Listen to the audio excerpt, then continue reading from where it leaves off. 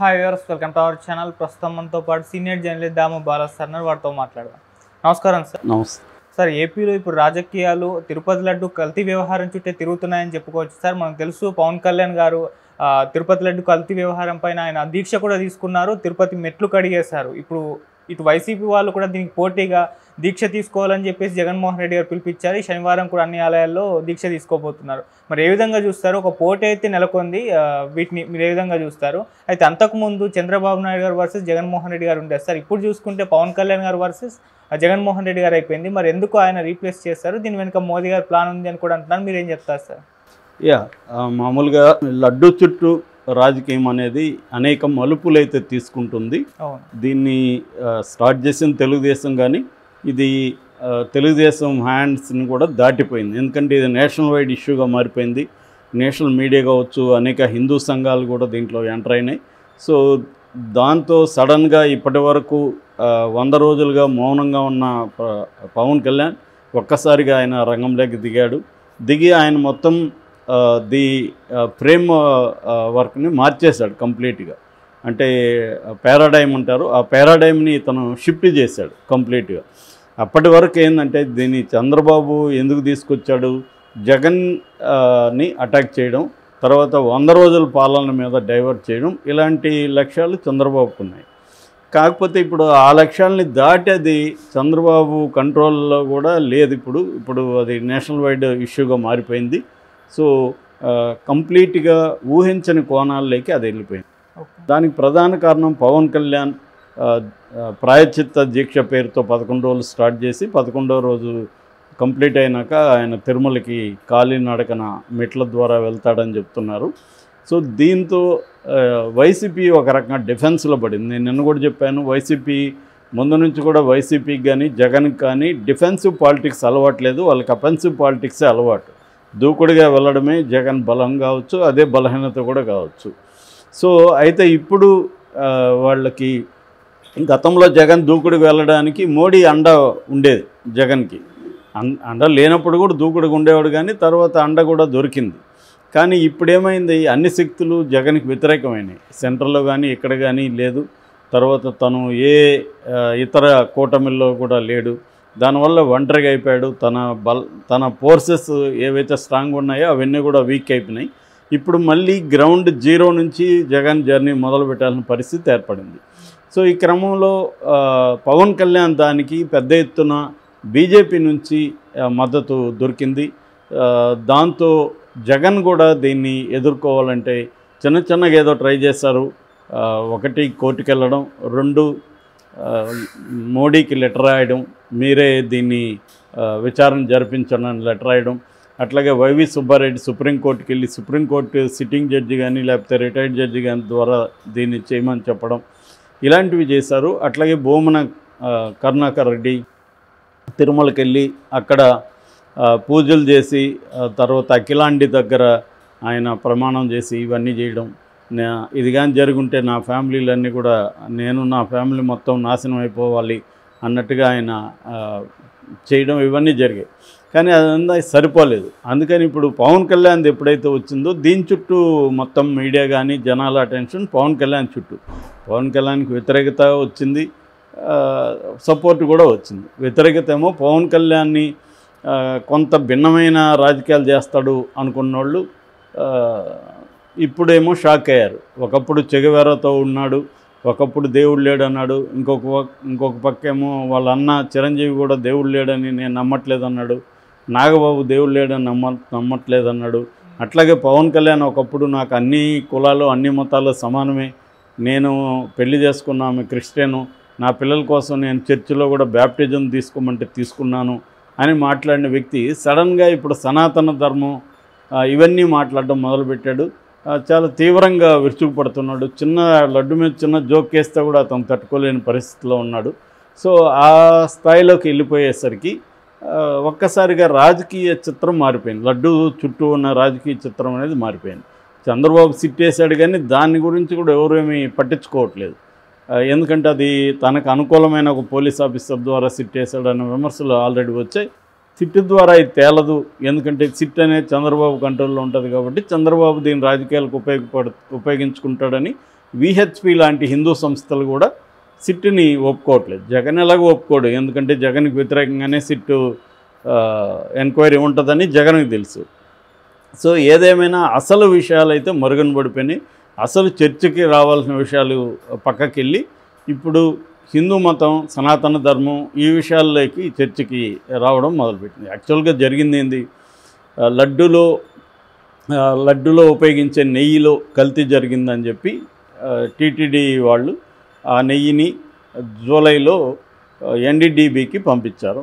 NDDB July 16న report పంపించింది. దీంట్లో fat రకరకాల అంటే ఫారిన్ ఎలిమెంట్స్ అంటారు. ఫారిన్ ఎలిమెంట్స్ అంటే వెజిటబుల్ ఆయిల్స్ కావచ్చు, వెజిటబుల్ ఫ్యాట్ కావచ్చు, అట్లాగే యానిమల్ ఫ్యాట్, బీఫ్ ఫ్యాట్ ఇవన్నీ కూడా కలిసాయి అనేది అది ఇచ్చింది. అయితే ఆ రిపోర్టు మొత్తం కూడా ఎక్కడ బయట పెట్టలేదు వీళ్ళు అఫీషియల్గా. అయితే మనకి అందిన సమాచారం కావచ్చు, హిందూ లాంటి పత్రిక ఎడిటోరియల్లో కూడా ఆ రిపోర్ట్ని కోట్ చేసింది, అట్లాగే ఇండియన్ ఎక్స్ప్రెస్ కోట్ చేసింది, అట్లాగే కొన్ని వెబ్సైట్లు పీపుల్స్ ప్రెస్ ఇలాంటి కొన్ని వెబ్సైట్లు కూడా కోట్ చేసాయి. అందులో క్లియర్గా ఆ సంస్థ ఏం చెప్పిందంటే ఇది వాంటెడ్లీ కలిపారా లేదనేది తేల్చలేని పరిస్థితి.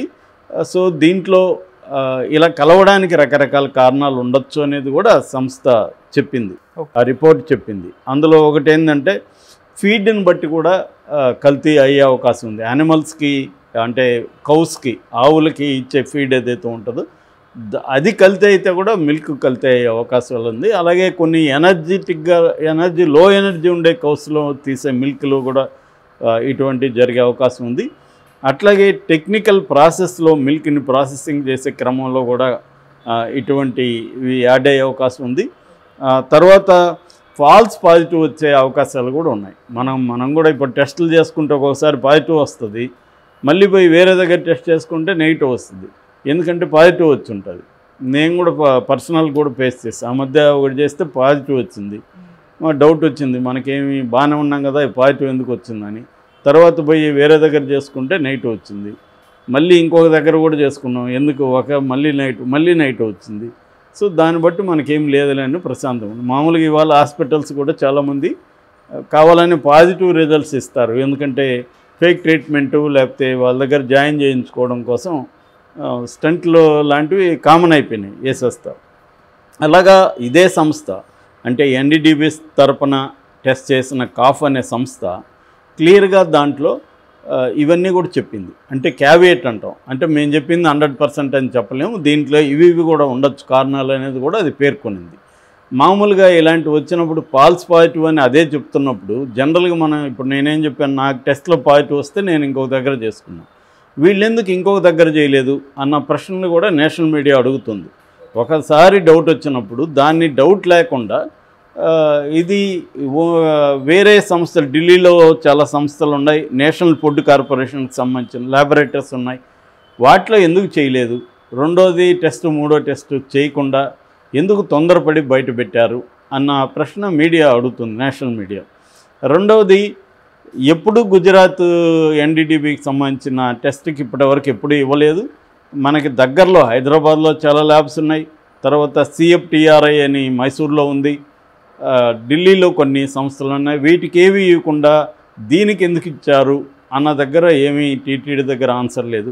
అలాగే జూలై 16న రిపోర్ట్ వస్తే సెప్టెంబర్ వరకు ఎందుకు వెయిట్ చేశారు, 2 నెలల పాటు ఎందుకు వెయిట్ చేశారు, అది కూడా అఫీషియల్గా టీటీడీ చెప్పకుండా క్యాజువల్గా ఒక రాజకీయ మీటింగ్లో ముఖ్యమంత్రి చెప్పడం ఏంటి అన్న డౌట్లు కూడా వాళ్ళు ఎక్స్ప్రెస్ చేస్తున్నారు.